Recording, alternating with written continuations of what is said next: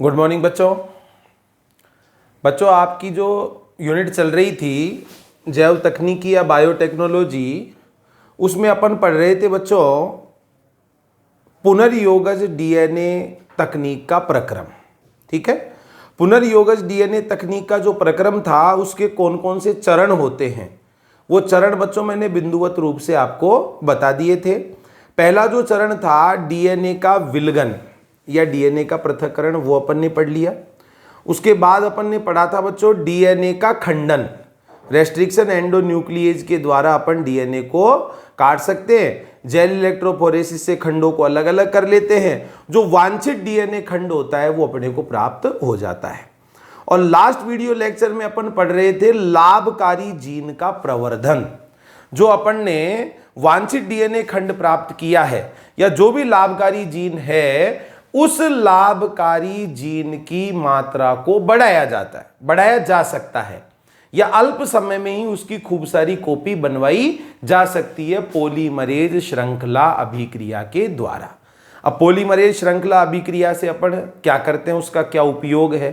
ठीक है, पॉलीमरेज श्रृंखला अभिक्रिया की खोज किसने करी, पॉलीमरेज श्रृंखला अभिक्रिया के लिए अभिक्रिया मिश्रण कैसे तैयार करते हैं, उस अभिक्रिया मिश्रण के कौन कौन से घटक होते हैं, यहां तक का अध्ययन बच्चों अपन कंप्लीट कर चुके हैं। आज इस वीडियो लेक्चर में अपन पढ़ने वाले हैं पीसीआर तकनीक के चरण या सोपान। पीसीआर तकनीक के द्वारा जो डीएनए का प्रतिकृतिकरण होता है, वो डीएनए का प्रतिकृतिकरण किन किन चरणों के द्वारा संपन्न होगा, ये बच्चों अपने को पढ़ना है। तो देखो, अब मैंने आपको पहले ही बता दिया कि जो डीएनए का डुप्लीकेशन का कार्य है वो बच्चों किसके अंदर होगा, इपेंड्रॉफ ट्यूब। बताया था छोटी छोटी सी ट्यूब्स होती है इपेंड्रॉफ ट्यूब, जिनको रखते हैं पीसीआर मशीन में। और इन इपेंड्रॉफ ट्यूब्स में क्या बनाया जाता है बच्चों, अभिक्रिया मिश्रण। मान लो हमने अभिक्रिया मिश्रण बनाकर इपेंड्रॉफ ट्यूब को रख दिया पीसीआर मशीन में। अब उस पीसीआर मशीन में क्या हो रहा होगा वो बच्चों अपने को पढ़ना है।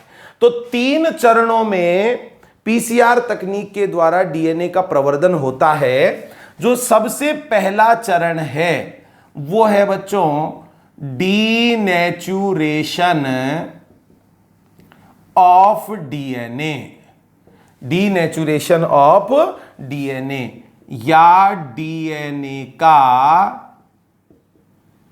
विकृतीकरण। डीनेचुरेशन ऑफ डीएनए या डीएनए का विकृतीकरण कैसे समझें। देखो, माना ये द्विरज्जु की डीएनए है। अब बच्चों ये पता होना चाहिए आपको डीएनए किसके अंदर है, इपेंड्रॉफ ट्यूब के अंदर है। ये मान लेते हैं द्विरज्जु की डीएनए है, क्लियर। और इसमें उपस्थित है क्षार युग्म। ये डॉटेड लाइन से बच्चों मैं आपको किस चीज को एक्सप्लेन कर रहा हूं, क्षार युग्म।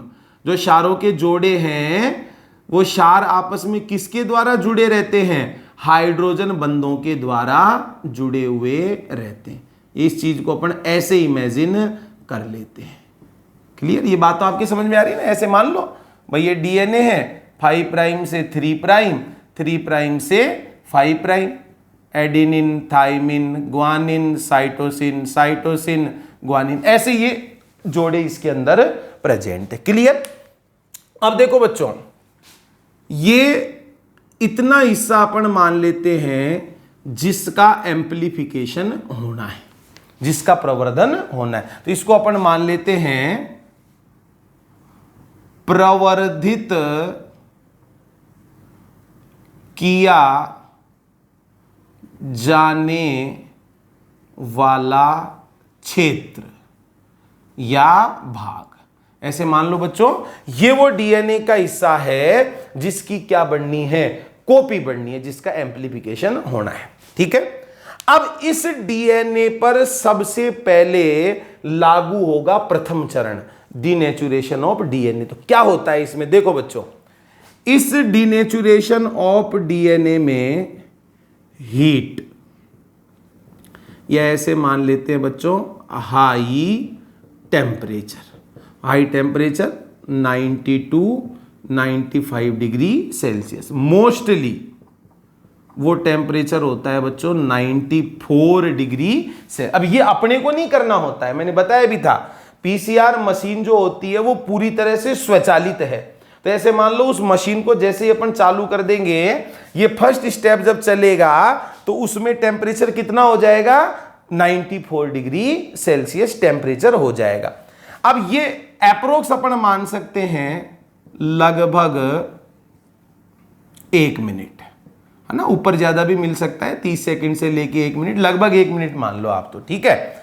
अब बच्चों इतने उच्च तापमान पर होगा क्या, इतने उच्च तापमान पर ये जो हाइड्रोजन बंध हैं किनके बीच में, इन क्षारों के युग्मों के बीच में, ये हाइड्रोजन बंध क्या हो जाएंगे बच्चों, ब्रेक हो जाएंगे। और हाइड्रोजन बंध ब्रेक होने से डीएनए के दोनों रज्जु एक दूसरे से पृथक पृथक हो जाएंगे। और कैसे काम करेंगे, टेम्पलेट के रूप में काम करें। तो अपन क्या कह सकते हैं, उच्च तापमान के कारण हाइड्रोजन बंध टूटते हैं, उच्च तापमान के कारण हाइड्रोजन बंध टूटते हैं, तथा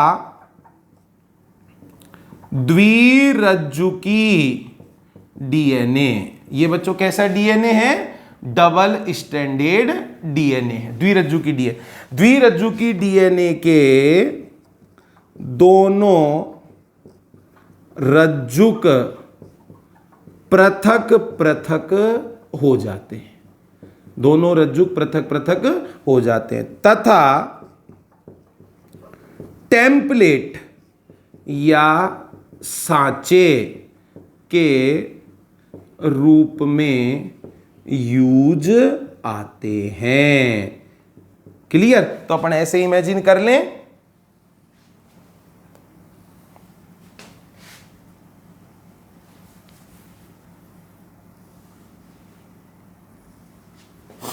five prime 3 prime 3 prime 5 prime,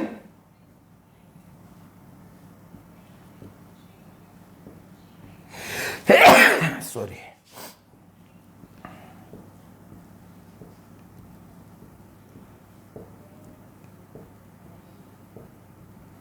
ये मान लो बच्चों बंद टूट गए, ठीक है। और ये वो हिस्सा मान लो, इतना हिस्सा जिसका एम्प्लीफिकेशन होना है, जिस भाग की कॉपी बननी है, ठीक है। ये बच्चों पहला स्टेप हो गया डीनेचुरेशन ऑफ डीएनए। क्लियर।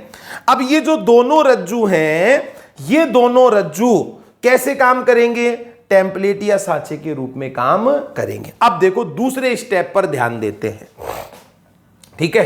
पहला स्टेप तो ये हो गया, यहां पर अपन लिख सकते हैं पहला स्टेप क्या है, ये विकृतीकरण। क्लियर। अब देखो बच्चों, जो दूसरा स्टेप चलेगा उस दूसरे स्टेप को कहा जाता है एनीलिंग या शीतलन या तापानुशीलन।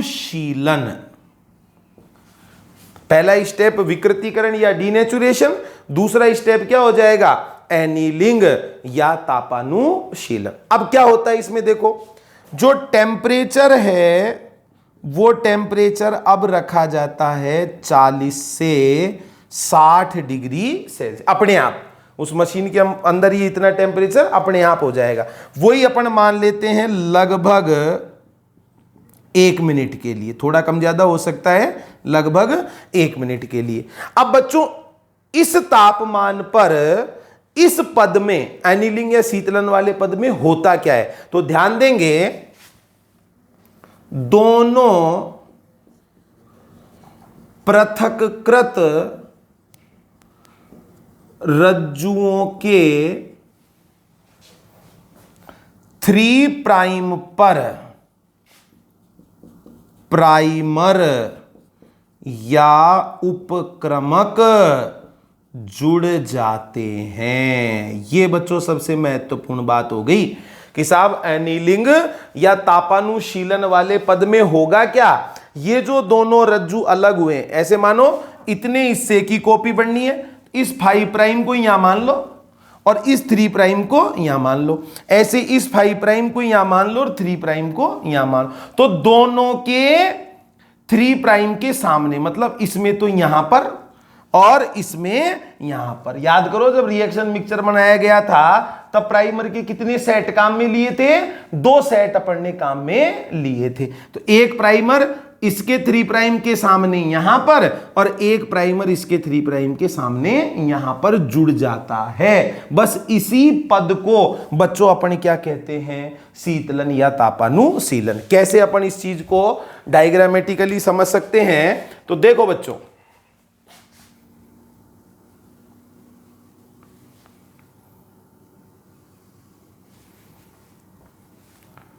फाइव प्राइम 3', 3', 5',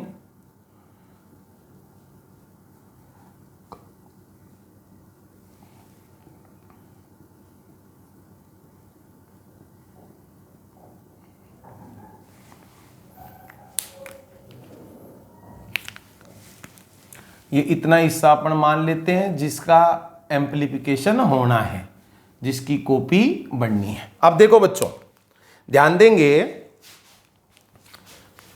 ये भी टेम्पलेट रज्जु के रूप में काम करेगा, ये भी टेम्पलेट रज्जु के, इसके 3' के सामने ये यहां पर क्या जुड़ जाएगा बच्चों, ये प्राइमर। ठीक है, इसको अपन कह सकते हैं प्राइमर फर्स्ट। 2 सेट लिए थे ना, तो ये प्राइमर फर्स्ट कहां पर जुड़ेगा, टेम्पलेट रज्जु के 3' पर, है ना, 3' के सामने। ऐसे ही बच्चों ये जो दूसरा प्राइमर है, ये दूसरा प्राइमर ये यहां पर जुड़ जाएगा। क्लियर, ये अपन इसको मान लेंगे प्राइमर सेकेंड। क्लियर, ये यहां पर जुड़ जाएगा। ये दूसरा स्टेप कंप्लीट है, तापानुशीलन या एनीलिंग। अब देखो बच्चों तीसरा जो स्टेप है, तीसरा स्टेप एक्सटेंशन ऑफ प्राइमर्स,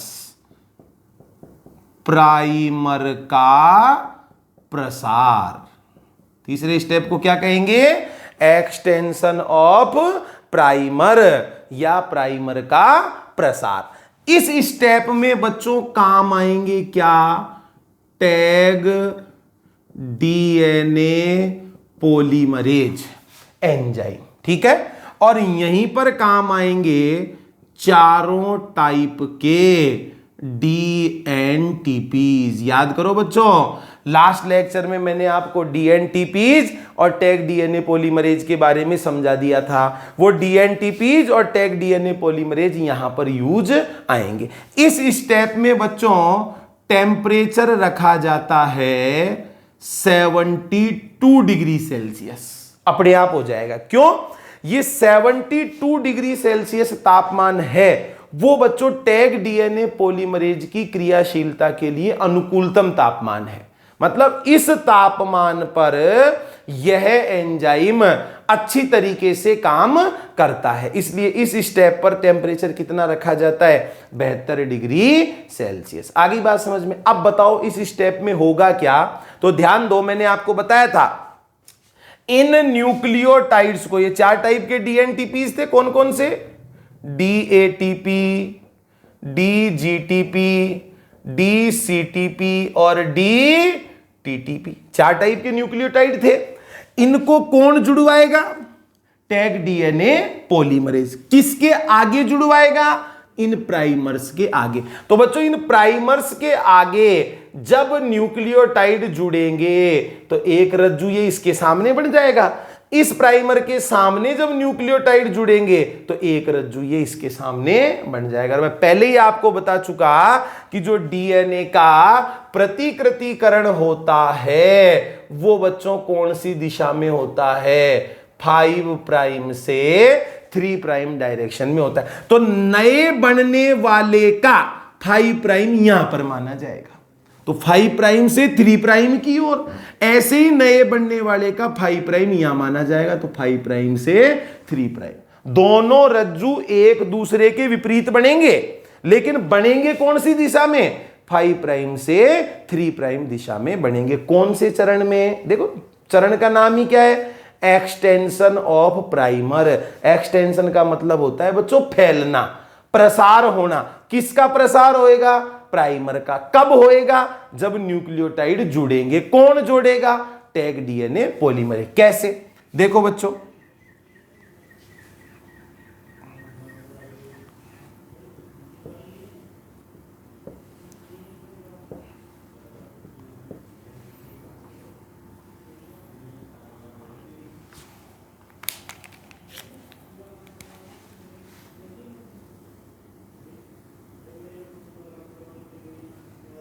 ये जुड़ा हुआ था प्राइमर फर्स्ट, वो वाला ही डायग्राम वापस बना रहा हूं बच्चों। ये यहां पर इस 3 प्राइम के सामने जुड़ा हुआ था, ये प्राइमर सेकेंड। आगे बात समझ में। अब देखो, टैग डीएनए पॉलीमरेज इन प्राइमर्स के आगे क्या जोड़ देगा, ये न्यूक्लियोटाइड्स जोड़ देगा। ये लो साहब, इन प्राइमर्स का क्या कर देगा, प्रसार कर देगा, ये न्यूक्लियोटाइड्स जोड़ देगा। तो अब ये यहां पर नए बनने वाले का क्या माना जाएगा, 5 प्राइम, और ये यहां पर 3 प्राइम। ऐसे नए बनने वाले का ये यहां पर 5 प्राइम और ये क्या माना जाएगा बच्चों, 3 प्राइम। तो डीएनए का जो प्रतिकृतिकरण हो रहा है वो कौन सी दिशा में हो रहा है, 5 प्राइम से 3 प्राइम दिशा में। तो एक द्विरज्जु की डीएनए था और एक द्विरज्जु की डीएनए से ये 2 द्विरज्जु की डीएनए बन जाएंगे। अब ध्यान दो, एक चीज मैंने आपको बताई थी, ये जो चारों टाइप के न्यूक्लियोटाइड काम में लिए, ये चारों टाइप के बच्चों जो न्यूक्लियोटाइड थे, ये न्यूक्लियोटाइड कैसे थे, ट्राइफॉस्फेट युक्त। याद करो, न्यूक्लियोटाइड कैसे थे, ट्राइफॉस्फेट युक्त। और जो न्यूक्लियोटाइड जुड़ना है वो कैसा होगा, मोनोफॉस्फेट युक्त। इसका मतलब 2 फॉस्फेट हटाए जाएंगे, तो वो 2 फॉस्फेट जब हटेंगे तो बच्चों ऊर्जा मिलेगी, और उस ऊर्जा के कारण ही ये हाइड्रोजन बंध पुनः बन जाएंगे। तो देखो कैसी स्थिति बन जाएगी,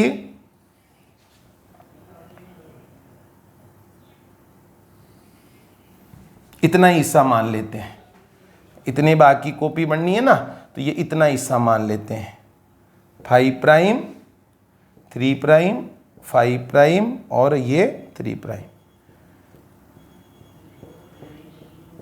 ये हाइड्रोजन बंध पुनः बन जाएंगे। बंध बनने के लिए ऊर्जा किससे मिलेगी, वो अतिरिक्त फॉस्फेट समूह हटने से। ऐसे ही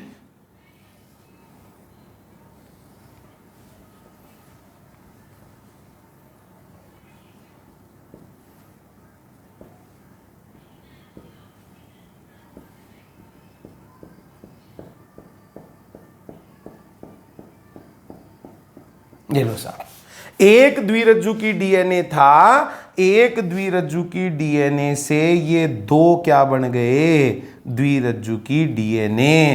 अर्थात डीएनए का क्या हो चुका है बच्चों, प्रतिकृतिकरण हो चुका है। कितने स्टेप में, 3 स्टेप में। क्लियर, ये हो जाएगी बच्चों पीसीआर तकनीक के चरण या सोपान। अब देखो, ये जो काम हुआ है तीनों स्टेप का, एवरेज अपन मान सकते हैं लगभग 3 साढ़े 3 मिनट का, 3 साढ़े 3 मिनट का समय लगता है। मतलब ध्यान देंगे, औसतन या ऐसे मान लो लगभग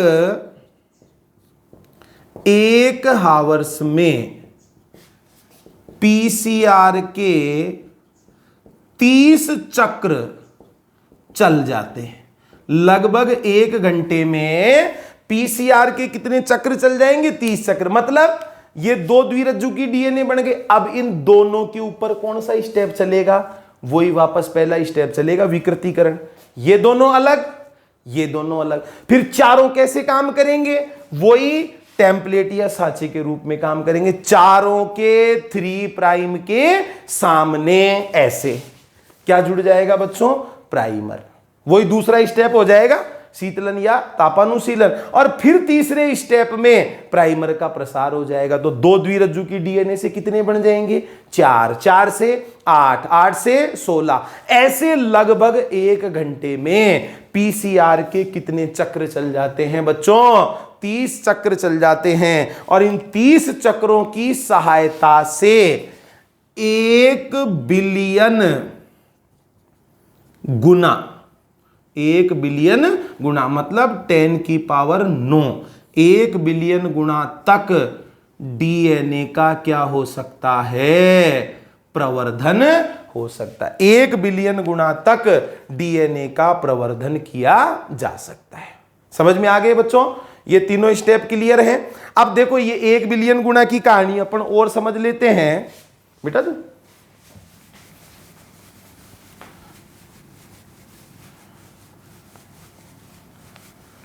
अभी देखो बच्चों,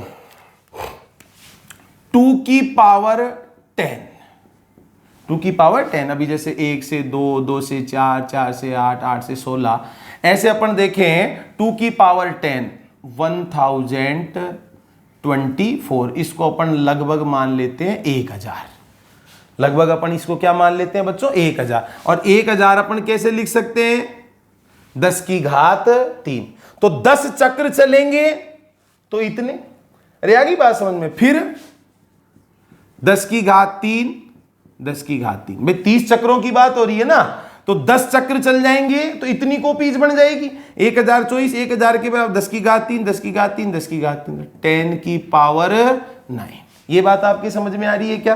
तो 10 की घात 9 मतलब 1 बिलियन गुना तक डीएनए का प्रवर्धन हो सकता है। अब ये प्रोसेस रुकेगी कब? ये भी आपको पता होना चाहिए। भाई अपन ने रिएक्शन मिक्सचर बनाया तो उसमें न्यूक्लियोटाइड डाले हैं, प्राइमर डाले, तो जैसे जैसे कॉपी बनती जाएगी वैसे वैसे न्यूक्लियोटाइड और प्राइमर यूज में आते जाएंगे। एक स्थिति ऐसी आ जाएगी कि वो प्राइमर और न्यूक्लियोटाइड खत्म हो जाएंगे नए बनने के लिए, ठीक है। वहीं पर वो पीसीआर की रिएक्शन क्या हो जाएगी? समाप्त हो जाएगी। तो 30 चक्र चलाकर 1 बिलियन गुना तक डीएनए का प्रवर्धन किया जा सकता। अब सोच के देखो आप, 1-1.5 घंटे के अंदर इतनी लाखों करोड़ों कॉपी बनाई जा सकती है पीसीआर के द्वारा। एक तो कॉपी बनवाने के लिए क्या करते थे? याद करो, जो डीएनए होता है उस डीएनए को जोड़ दिया जाता है वाहक डीएनए के साथ, वाहक के साथ ही तो कॉपी बनती है। तो एक तो कॉपी बनाने का तरीका हो गया वाहक के साथ, और एक कॉपी बनाने का तरीका हो गया ये पीसीआर। बताओ ज्यादा बढ़िया कौन सा है? पीसीआर। कारण समझ में आया? एक तो समय कम लगेगा, ठीक है, खर्चा कम आएगा। ध्यान देना, पीसीआर जो सामान्य जीन क्लोनिंग होती है वाहक की सहायता से, उसकी तुलना में अच्छा क्यों माना गया पीसीआर को? एक तो समय कम लगता है, खर्चा कम आता है, जो दक्षता होती है, दक्षता कॉपी बनने की, वो दक्षता भी बच्चों क्या होती है? अच्छी होती है। वहां पर कॉपी बनेगी नहीं बनेगी, जीन ट्रांसफर होगा नहीं होगा, जीनोम से जुड़ेगा नहीं जुड़ेगा, उन सब की अनिश्चितता रहती है। लेकिन यहां पर कोई अनिश्चितता नहीं होती है। आगे बात समझ में? वहां पर एक जीवित तंत्र की आवश्यकता होगी। वह पुनर्योगज डीएनए बनाकर और फिर अपन किसी परपोषी कोशिका में पहुंचाएंगे तो जीवित तंत्र जरूरी होगा, है। वहां पर कोई वाहक भी चाहिए, वो जीन भी चाहिए, परपोषी कोशिका भी चाहिए। यहां पर किन चीजों की जरूरत है? इपेंड्रॉप ट्यूब, ट्यूब के अंदर डीएनए, डीएनए में पॉलीमरेज एंजाइम, न्यूक्लियोटाइड, धातु आयन, प्राइमर, पीसीआर मशीन। तो वो सारा काम कोशिका के अंदर या शरीर के अंदर चलता है, ये सारा काम कोशिका के बाहर चलता है। तो सामान्य वाहक के द्वारा जो जीन क्लोनिंग होती है उसकी तुलना में पीसीआर के द्वारा खर्चा भी कम आता है, समय भी अधिक लगता है। सॉरी, पीसीआर को अगर देखें तो बढ़िया क्यों है? सामान्य जीन क्लोनिंग की तुलना में खर्चा कम आता है, समय कम लगता है, और ज्यादा दक्षता के साथ अपन लाभकारी जीन की कॉपीज प्राप्त कर सकते हैं। क्लियर बच्चों? ये पीसीआर की कहानी कंप्लीट है। अब जो पुनर्योगज डीएनए तकनीक के प्रक्रम के जो चरण थे, तो ऐसा मान लो पहला चरण अपना हो गया डीएनए का पृथक्करण, दूसरा हो गया डीएनए को काटना, ठीक है, काटे हुए टुकड़ों को जेल इलेक्ट्रोफोरेसिस से अलग अलग कर लेना, हमको हमारे काम का जीन मिल जाएगा। तीसरा भी मान लो हो गया। फिर उस जीन की कॉपी बनाई जा सकती है पीसीआर के द्वारा, वो अपन ने अब अपन क्या चाहते हैं, अब अपन ये चाहते हैं कि जो वांछित डीएनए खंड है उसको जोड़ दिया जाए, किसके साथ, वाहक डीएनए के साथ। तो याद करो बच्चों, जिस रेस्ट्रिक्शन एंडोन्यूक्लिएज से विजातीय डीएनए को काटा जाता है, उसी रेस्ट्रिक्शन एंडोन्यूक्लिएज से किसको काटा जाएगा, वाहक डीएनए को काटा जाएगा। कारण, एक ही प्रकार के रेस्ट्रिक्शन एंडोन्यूक्लिएज से काटने पर एक जैसे आसंजी या चिपचिपे सिरे बनते हैं। जो टुकड़े बनेंगे, याद करो बताए थे रेस्ट्रिक्शन एंडोन्यूक्लिएज की क्रियाविधि में जो टुकड़े बनते हैं उनके किनारों पर एकल रज्जु की भाग शेष रह जाता है, ऐसे किनारों को क्या कहेंगे, आसंजी सिरे। तो जब एक ही एंजाइम से काटेंगे तो एक जैसे आसंजी सिरे बनेंगे, और एक जैसे आसंजी सिरे बनेंगे तो डीएनए लाइगेज की सहायता से आराम से चिपक जाएंगे। तो इस तरीके से जो वांछित डीएनए खंड है और वाहक डीएनए है, उन दोनों को जोड़कर बच्चों क्या बना लिया जाता है, पुनर्योगज डीएनए बना लिया जाता है। ये मान लो चौथा स्टेप हो गया पुनर्योगज डीएनए का निर्माण। अब हम क्या चाहते हैं कि पुनर्योगज डीएनए का स्थानांतरण किया जाए, किसके अंदर, किसी परपोषी कोशिका के अंदर, जो कि पांचवा स्टेप है, transfer of recombinant DNA into host, पुनर्योगज डीएनए का परपोषी में स्थानांतरण। वो काम क्यों करते हैं, वो काम कैसे होता है, इसके बारे में अब अपने को अध्ययन करना है। तो आओ बच्चों, अब अपन पांचवा स्टेप जो है उस पांचवें स्टेप को पढ़ते हैं।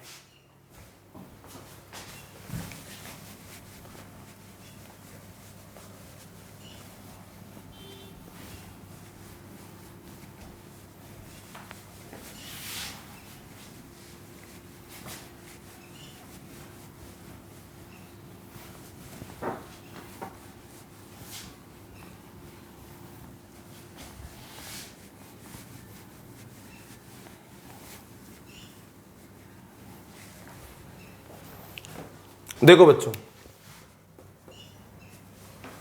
पांचवा स्टेप क्या है, पुनर्योगज डीएनए का परपोषी कोशिका, परपोषी कोशिका या कोई जीव भी हो सकता है, परपोषी कोशिका या जीव में स्थानांतरण। अब ध्यान देंगे बच्चों, परपोषी कोशिका की आवश्यकता क्यों है, तो एक प्रकार से पुनर्योगज डीएनए के द्वारा होस्ट सेल में जीन ट्रांसफर किया जाता है। भाई जिस जीन से अपने को कोई उत्पाद प्राप्त करना है, जिस जीन से अपने को कोई सेवा लेनी है, पुनर्योगज डीएनए की सहायता से हम उस जीन को ही तो ट्रांसफर कर रहे हैं, किसमें, किसी परपोषी कोशिका में। तो बच्चों होस्ट सेल में जीन को ट्रांसफर किया जाता है। अब देखो बच्चों, इस जीन ट्रांसफर जो किया गया है होस्ट सेल में, इस परपोषी कोशिका की आवश्यकता क्या है, जीन की अभिव्यक्ति। भाई जीन अभिव्यक्त होगा तभी तो प्रोटीन बनेगी, तो हमारे काम का जो लाभकारी उत्पाद होगा वो प्रोटीन, कोई सेवा मिलेगी जो किससे मिलेगी, प्रोटीन से। अब मैं पीछे आपको बता चुका कि परपोषी कोशिका के रूप में, ध्यान देंगे, अगर प्रोकैरियोटिक सेल काम में लेते हैं तो जनरली बच्चों किसका यूज करते हैं, बैक्टीरिया का, और बैक्टीरिया में भी कॉमन कौन है, ई कोलाई। और अगर बात करते हैं किसका, यूकेरियोटिक सेल का, तो यूकेरियोटिक सेल के रूप में यूज लिया जाता है किसका, यीस्ट का। तो ई कोलाई जीवाणु और यीस्ट, ये बच्चों पुनर्योगज डीएनए तकनीक के क्या हैं, सामान्य परपोषी है उत्पाद निर्माण हेतु। आगे बात समझ में। सामान्यतः प्रोडक्ट्स के फॉर्मेशन के लिए जीवाणुवीय कोशिका और यीस्ट, कारण क्या है वो बता दिया भाई। प्रोकैरियोटिक जीन है, वो प्रोकैरियोटिक जीन अभिव्यक्त हो जाएगा प्रोकैरियोटिक कोशिका के तंत्र में। कुछ यूकैरियोटिक जीन भी अभिव्यक्त हो जाते हैं प्रोकैरियोटिक कोशिका में, लेकिन सभी अभिव्यक्त हो ये बिल्कुल भी आवश्यक नहीं है। तो ऐसी स्थिति में यूकैरियोटिक जीन की अभिव्यक्ति के लिए यूकैरियोटिक सेल की भी आवश्यकता पड़ सकती है। वो कौन सी काम में ली जाएगी? यीस्ट। अब यहां पर यह भी ध्यान रखना है बच्चों कि जो माना हमने कोई जीवाणु कोशिका काम में ली, जीवाणु कोशिका कैसे? परपोषी के जैसे, और उस जीवाणु कोशिका में हम बाहरी जीन पहुंचा रहे हैं प्लाज्मिड के साथ में। वहां क्या काम में लिया था? प्लाज्मिड। तो यह भी ध्यान रखा जाता है कि जो जीवाणु कोशिका परपोषी के रूप में काम में ली जा रही है उसमें प्लाज्मिड का अभाव होना चाहिए। पहले से उसके अंदर प्लाज्मिड नहीं होना चाहिए। वो प्लाज्मिड जो हमने वाहक के रूप में काम में लिया वही उसके अंदर ट्रांसफर किया जाता है। क्लियर? अब देखो बच्चों, ये तो बात हो गई परपोषी कोशिका की जरूरत क्यों है, कौन कौन सी कोशिका काम में लेंगे। अब ध्यान दो, परपोषी कोशिका में हम क्या कर रहे हैं? जीन का स्थानांतरण कर रहे हैं। तो ध्यान देंगे, परपोषी कोशिका में जीन स्थानांतरण की विधियां दो प्रकार की होती है। ध्यान से समझना बच्चों, अपने एनसीईआरटी में क्या लिखा हुआ है वो भी अपन पढ़ेंगे और उसको लिंक करते हुए भी पढ़ेंगे। परपोषी कोशिका में जीन स्थानांतरण की विधियां दो प्रकार की होती है। कौन कौन सी है देखो। एक तो है अप्रत्यक्ष जीन स्थानांतरण, एक तो है बच्चों अप्रत्यक्ष जीन स्थानांतरण, इंग्लिश में इसको बोलेंगे इनडायरेक्ट जीन ट्रांसफर। अप्रत्यक्ष जीन स्थानांतरण। और बच्चों ये अप्रत्यक्ष जीन स्थानांतरण जो होता है ये वेक्टर मीडिएटेड होता है, मतलब वाहक की मध्यस्थता से। जब किसी वाहक को काम में लेकर जीन का स्थानांतरण किया जाता है परपोषी कोशिका में तो उसको कहते हैं बच्चों वेक्टर मीडिएटेड जीन ट्रांसफर। समझ गए? वाहक की मध्यस्थता से जीन स्थानांतरण कह दो या अप्रत्यक्ष जीन स्थानांतरण कह दो, एक ही बात है। इसमें जीन को किसी वाहक के साथ जोड़कर और परपोषी में ट्रांसफर किया जाता है। मतलब इस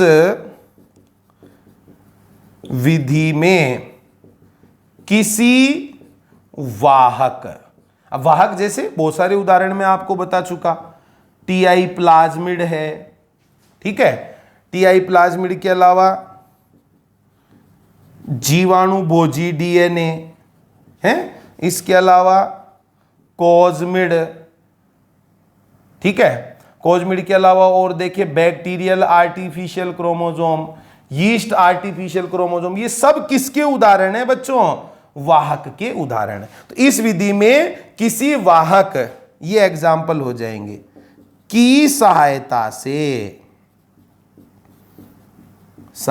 से होस्ट में जीन ट्रांसफर किया जाता है। होस्ट में जीन ट्रांसफर किया जाता है। ये तो कौन सी विधियां हो जाएगी? अप्रत्यक्ष जीन स्थानांतरण। दूसरी प्रकार की जो विधियां हैं उनको कहते हैं बच्चों डायरेक्ट जीन ट्रांसफर या प्रत्यक्ष जीन स्थानांतरण। प्रत्यक्ष जीन स्थानांतरण, या इसमें अपन ये भी कह सकते हैं नॉन वेक्टर मीडिएटेड।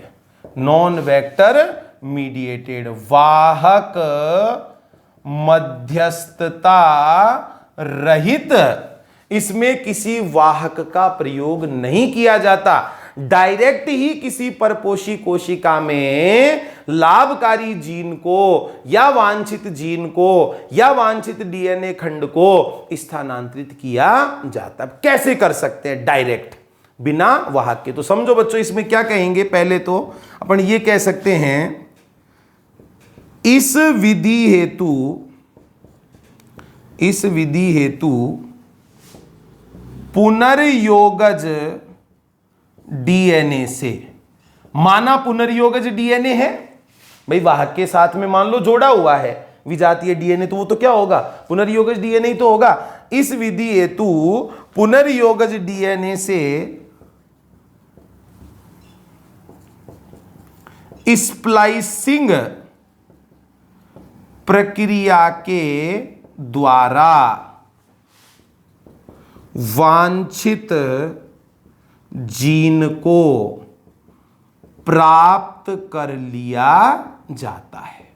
क्या बात बताई गई बच्चों? जो पुनर्योगज डीएनए है जिसमें क्या प्रेजेंट है? वांछित जीन प्रेजेंट है, जिसको हमको स्थानांतरित करना है बिना वाहक के, उस जीन को स्प्लाइसिंग की प्रक्रिया के द्वारा प्राप्त कर लिया जाता है। माना प्राप्त कर लिया, निम्न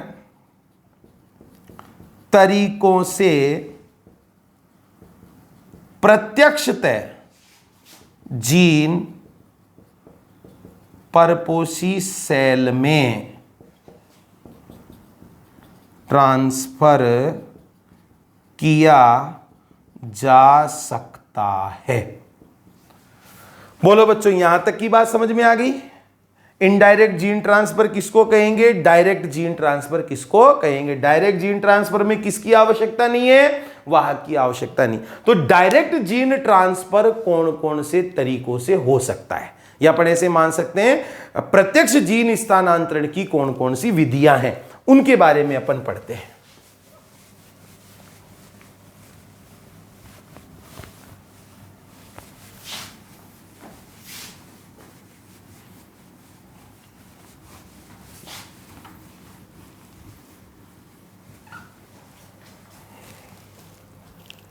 देखो बच्चों, सबसे पहले है नंबर 1 माइक्रो इंजेक्शन।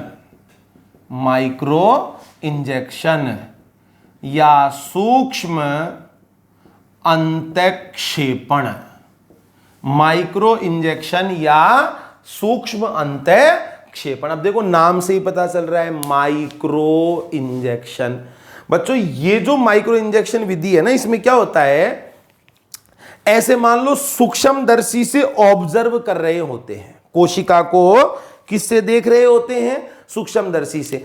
और उस सूक्ष्मदर्शी यंत्र ही इस प्रकार का होता है कि उसके नीचे, ध्यान देंगे,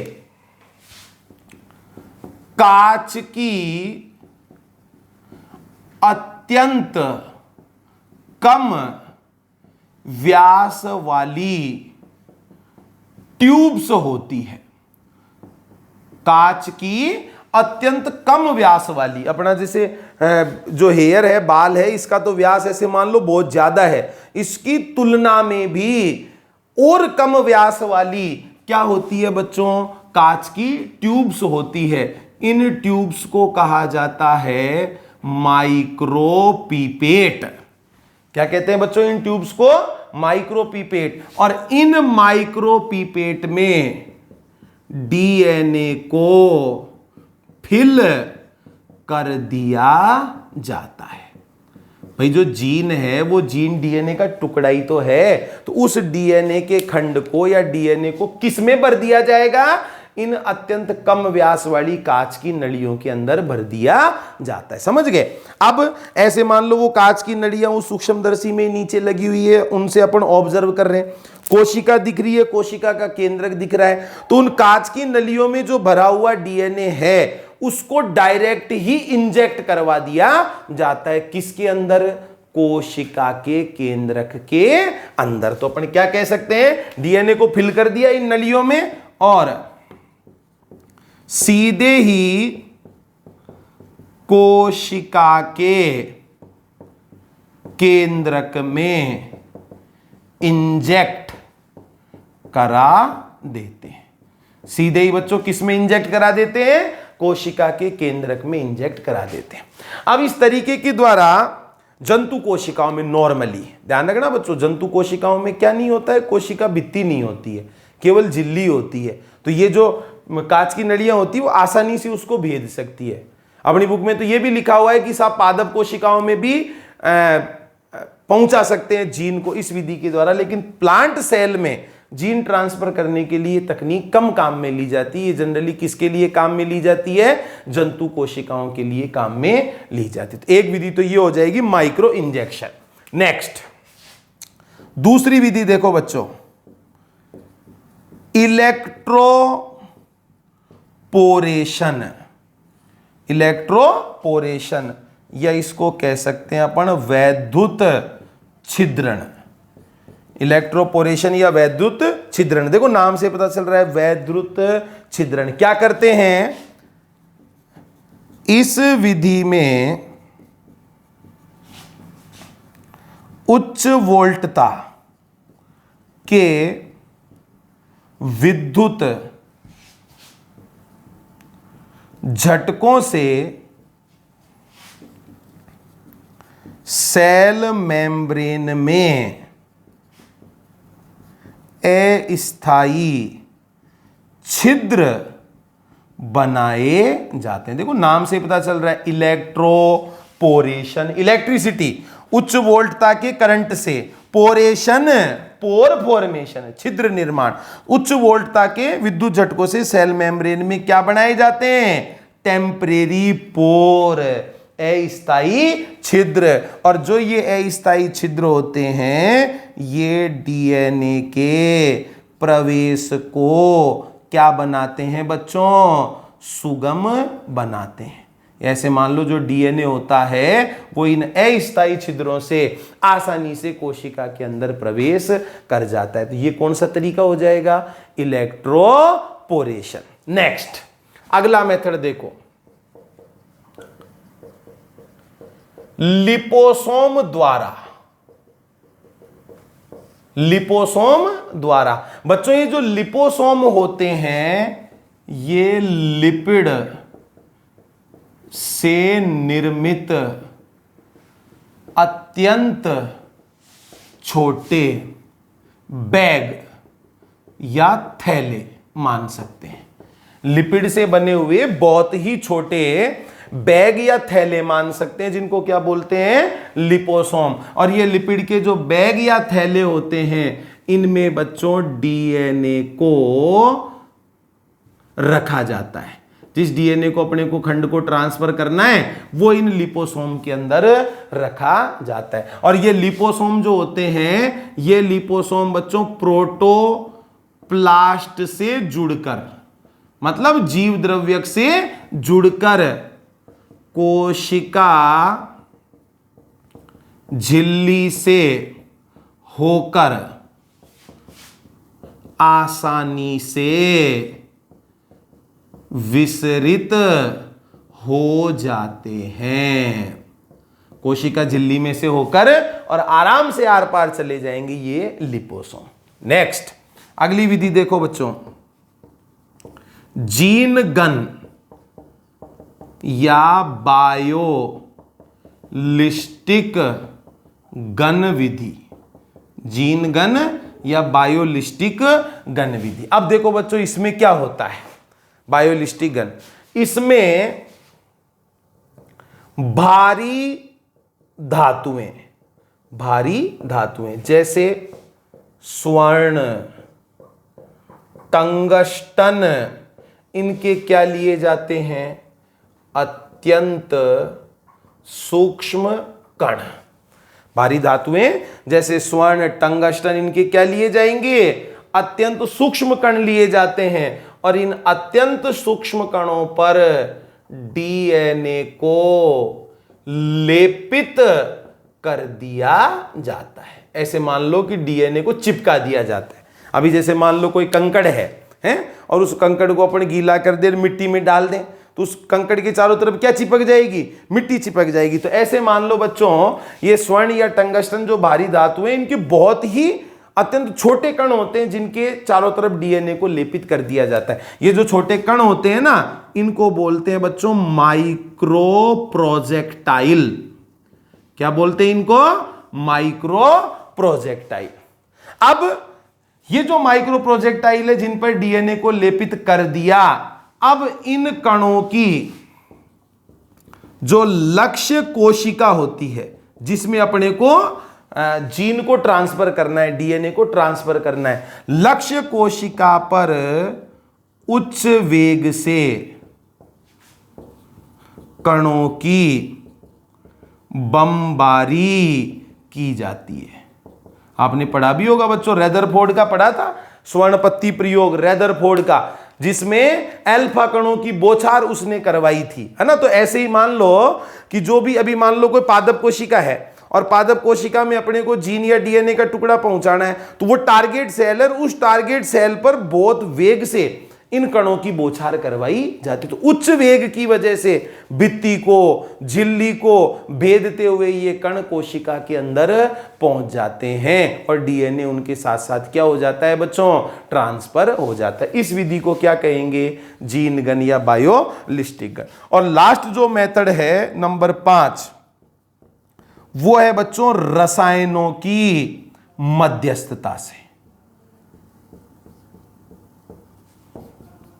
केमिकल मीडिएटेड मेथड। रसायन माध्यित विधियां, कुछ ऐसे रसायन भी होते हैं जो कोशिका के अंदर डीएनए के प्रवेश को सुगम बनाते हैं, आसान बनाते हैं। उन रसायनों की सहायता से भी डीएनए को कोशिका में इजीली प्रवेश करवाया जा सकता है। ऐसे ही एक रसायन का उदाहरण है बच्चों PEG, poly ethylene glycol, poly ethylene glycol, peg. ये जो रसायन है, ये रसायन भी बच्चों कोशिका के अंदर डीएनए के प्रवेश को क्या बनाता है, सुगम बनाता है। अब अपने एनसीईआरटी में इन सब के बारे में इतना विस्तार से दिया हुआ नहीं है, लेकिन फिर भी बच्चों एनसीईआरटी में ये बायोलिस्टिक गन की बात की गई है ना, ये माइक्रो इंजेक्शन, इलेक्ट्रोपोरेशन, इन सब विधियों के बारे में बताया हुआ है। मेनली जीन स्थानांतरण के लिए जो प्रत्यक्ष विधियां हैं जिनमें वाहक काम में नहीं आता, जो मेनली काम में ली जाती है, वो एक तो ये है इलेक्ट्रोपोरेशन, और दूसरी चीज होती है बच्चों ये रसायनों की मध्यस्थता से। एक रसायन वाली जो विधि है वो अपनी बुक के अंदर दी हुई है, उसको अपन डिटेल से नेक्स्ट वीडियो लेक्चर में पढ़ेंगे। तो ये जीन स्थानांतरण का एक तरीका जो अपनी एनसीईआरटी में और दिया हुआ है, हालांकि वो चीज तो कौन सी है, रसायनों की मध्यस्थता से ही, उसके बारे में अपन डिटेल से नेक्स्ट वीडियो लेक्चर में पढ़ेंगे। अदरवाइज ये जीन का जो स्थानांतरण है परपोषी कोशिका में, ये कंप्लीट है। उसके बाद जो प्रक्रम के आगे के चरण हैं उनका अपन अध्ययन करेंगे। धन्यवाद।